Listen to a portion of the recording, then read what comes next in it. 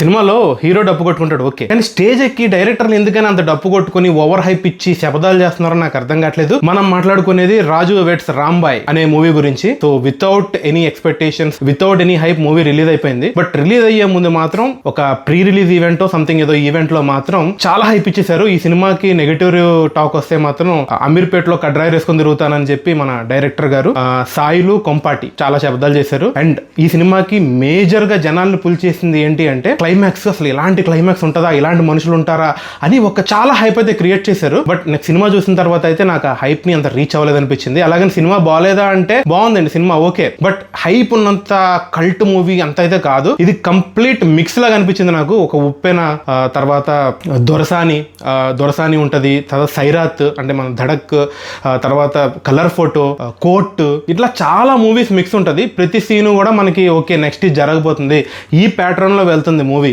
అంటే ఒక ప్యాటర్న్ ఉంటది. ఈ పరువు హత్యల గురించి కానీ లేదంటే సంథింగ్ వాటికి ఒక ప్యాటర్న్ ఉంటది. హీరోయిన్ కి మధ్యలో ఒక కాన్ఫ్లిక్ట్ ఉంటది. అంటే వాడు పూర్ అయి ఉండొచ్చు, కలర్ తక్కువ అయి ఉండొచ్చు, జాబ్ ఇష్యూ సంథింగ్ ఏదో ఒక ఇష్యూ ఉంటది. అది హీరో వాళ్ళ అన్నో నాన్నో ఎవడో ఒకడో అడ్డుకుంటాడు, బట్ హీరోయిన్ వదలదు, లాస్ట్ కి ఆడేదో చేస్తాడు.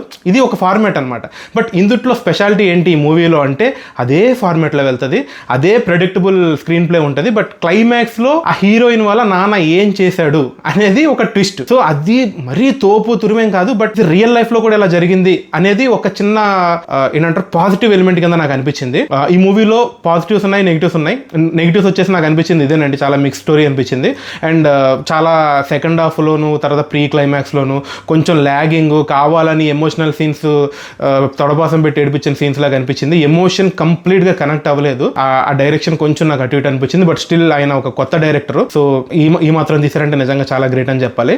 అండ్ పాజిటివ్స్ చాలా ఉన్నాయి. ఏమున్నాయి అంటే మెయిన్ ఈ మూవీలో యాక్ట్ చేసిన హీరోయిన్, సో అఖిల్ రాజ్ అని హీరో అండ్ తేజస్విని రావు. అఖిల్ రాజ్ ఆయన గురించి నాకు అంతగా తెలియదు, బట్ ఇరక్కొట్టి పడేసాడు. యాక్టింగ్ చాలా బాగా చేశారు. ఒక కొత్త యాక్టర్ చేస్తున్న ఫీల్ రావట్లేదు, చాలా క్యారీ చేశారు ఆ క్యారెక్టర్ ని. బట్ ఆ క్యారెక్టర్ రైటింగ్ లో కొంచెం ఎక్కడో నాకు ఆ మేల్ ఈగో కనపడింది. అది మరి డైరెక్టర్ నుంచి వచ్చిందో లేదంటే ఆ క్యారెక్టర్ అలా రాసుకున్నారో తెలియదు. ఒక సీన్ లో హీరోయిన్ కర్ర తీసుకుని కొట్టడం కానీ కొంచెం అగ్రెసివ్ గా అనిపించింది. బట్ అలాంటివి కొన్ని పెట్టకుండా ఉండుంటే ఇంకా బాగుండేది ఆ క్యారెక్టర్ ఒకటి. బట్ హీరోయిన్ అంత లవ్ చేస్తున్న వాడు అంతలా డామినెన్స్ గా ఉండడం కూడా నాకు కొంత నచ్చలేదు. అండ్ హీరో చాలా బాగా యాక్ట్ చేశాడు, లుక్స్ బాగున్నాయి, అన్ని బాగున్నాయి. చాలా సినిమాలు రాబోతున్నాయి అని అర్థమైపోయింది. సినిమా అయితే ఖచ్చితంగా బ్రేక్ పడుతుంది అతనికి. అండ్ హీరోయిన్ తేజస్విని రావు, నాకు ఆవిడ ఎప్పటి నుంచో ఇష్టం. యాక్చువల్ గా 16mm క్రియేషన్స్ అని యూట్యూబ్ లో ఒక యూట్యూబ్ ఛానల్ ఉంటుంది, చాలా రోజుల నుంచి ఫాలో అవుతూ ఉంటాను. ఒక డిఫరెంట్ వాయిస్ ఉంటుంది ఆవిడది, ఒక డిఫరెంట్ స్లాంగ్ ఉంటుంది, యాక్టింగ్ లో ఒక గ్రేస్ ఉంటుంది. ఆవిడకి ఇన్నాళ్ళు ఎందుకు పడలేదు సినిమాలో అనుకున్నా, కమిటీ కుర్రాల దగ్గర పడింది, బట్ గుంపులో గోవిందలాగా అయిపోయింది. ఇది మాత్రం లిటరల్లీ ఒక మంచి బ్రేక్ త్రూ అవుతుంది ఆవిడకి. మంచి యాక్ట్రెస్ ఉంది నిజంగా, సినిమాలో ది బెస్ట్ యాక్ట్రెస్ లాగా అనిపించింది నాకు. అండ్ మూడో వ్యక్తి హీరోయిన్ కాకుండా నాకు మూడో వ్యక్తి ఎవరంటే చైతు జొన్నలగడ్డ. ఆయన అయితే నిజంగా లిటరల్లీ ఆయనకి ఒక క్యారెక్టర్ ఇచ్చారు, హీరోయిన్ ఫాదర్ క్యారెక్టర్, ఒక మంగపతి. తర్వాత ఉప్పెనలో విజయ్ సేతుపతి క్యారెక్టర్, నాకు పేరు గుర్తులేదు, విజయ్ సేతుపతి క్యారెక్టర్ ఆ టైప్ లో ఉంటది. ఒక ఈగోయిస్టిక్ ఫాదర్, ఒక చిన్న డిజేబిలిటీ పెట్టారు. సో ఎంత దూరం వెళ్ళగలడు తన ఈగో కోసం, తన పరువు కోసం ఎంత దూరం వెళ్ళగలడు. ఈ పరువు హత్యలు అనేవి ఓన్లీ ఒక హై క్లాస్ మిడిల్ క్లాస్ మధ్యలోనే కాదు, ఇలా లో క్లాస్ మధ్యలో కూడా ఉంటాయి, ఏ రీజన్ తో ఉంటాయి అనేది చాలా బాగా చూపించారు. ఇది ఒకటి చాలా బాగుంది, యాక్టర్స్ చాలా బాగుంది. అండ్ మ్యూజిక్ చాలా మంది బాగుంది, హైప్ ఇస్తున్నారు, అదిరిపోయింది అది అంటే నాకైతే ఎక్కడ నాకు కొత్తగా కనపడలేదు. బ్యాక్గ్రౌండ్ మ్యూజిక్ అంతా చాలా ప్లెయిన్ గా కామన్ గా వెళ్ళిపోయింది. అండ్ సాంగ్స్ కూడా నాకు మిక్సింగ్ సరిగ్గా అనిపించలేదు. వాయిస్ చాలా డామినేట్ చేసేసింది మ్యూజిక్ ని, ఆ మిక్సింగ్ నాకు సరిగ్గా మంచిగా అనిపించలేదు. అండ్ ఒక సాంగ్ అయితే రిపీటెడ్ గా వేస్తూనే ఉన్నారు, అదే సాంగ్ ఉన్నట్టు. బ్యాక్గ్రౌండ్ మ్యూజిక్ కూడా చాలా రిపీటెడ్ గా అనిపించింది, నాకు అంత గొప్పగా ఏం అనిపించలేదు. Cinematography okay. And village authenticity మాత్రం చాలా బాగా తీసుకొచ్చారు. వాళ్ళ స్లాంగ్ కానీ ఆ క్యారెక్టర్స్ కానీ అథెంటిసిటీ చాలా బాగుంది.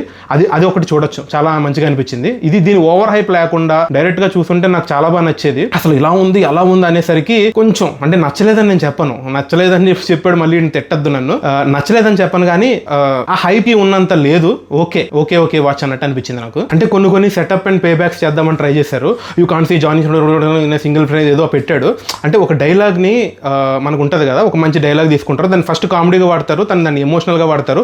సో అదేదో పిచ్చి డైలాగ్ తీసుకొని దాన్ని ఎమోషనల్ గా వాడి ఎమోషనల్ తెద్దాం అన్నట్టు ట్రై చేశారు. కానీ అసలు ఆ డైలాగ్ ఏందో అదేంటో పిచ్చిగా అనిపించింది, చాలా లాగ్ అనిపించింది. First half second half predictable గా అనిపించింది. But overall okay watch movie. Over hype తో వెళ్ళొద్దు. ఆ క్లైమాక్స్ ఒకటి బాగుంది, అది రియాలిటీగా తీసుకున్నారు కాబట్టి ఆ కాన్సెప్ట్ బాగుంది, దాని ఎగ్జిక్యూషన్ ఇంకా బాగా చేస్తుంటే బాగుంది అనిపించింది. Overall okay watch movie. So ఇది మన review for Raju weds Rambai. So మన ఛానల్ మీరు ఫస్ట్ టైం చూసినట్లయితే లైక్ చేయండి, షేర్ చేయండి, సబ్స్క్రైబ్ చేసుకోండి. Thank you so much for watching cinema పంచాంగం.